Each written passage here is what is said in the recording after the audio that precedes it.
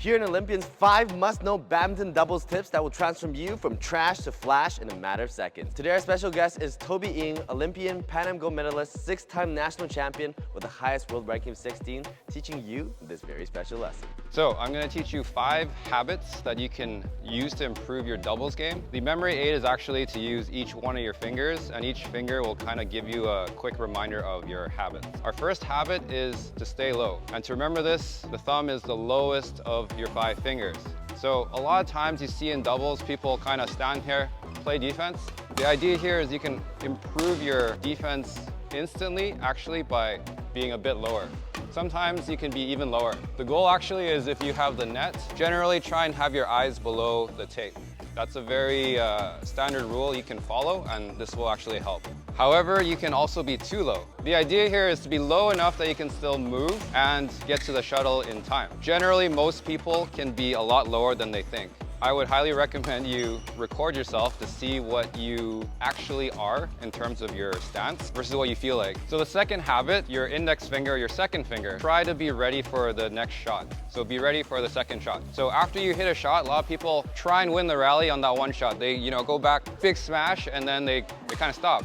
And then when the shuttle comes back, they're just not ready for it. So the goal here is to be ready for the shot to come back. Give your opponents respect so that you're ready and you can expect the shot to come back. So after a big smash, be ready for another one in case you have to hit that second one. Okay, so the third one, rack it up. The middle finger here, because it's your third finger. The easy memory aid here is rack it up and not middle finger up.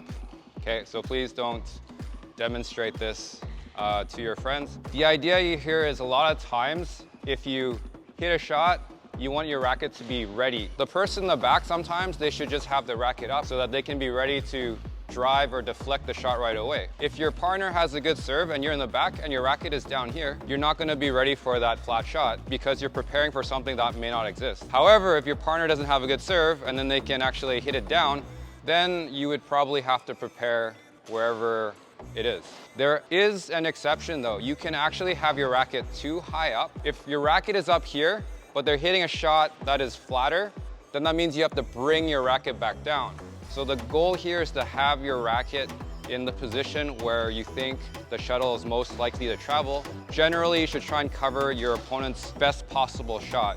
This may come with a bit of experience, but having the racket in the right position will save you a lot of time and give you a chance to get the shot back over. You'll just improve your chances of returning shot. The fourth finger is actually connected with the other fingers. So the idea here is we want to hit and step at the same time, and also which will help our recovery. So quick demo of this, it's actually better to step and hit and then be ready again. So hit, hit, hit, hit, so that we're ready for the next shot. If you step first and then you hit, that means you have to now push back and your recovery is now compromised because it's just delayed. If you jump up and hit, then that means I have to land and then push.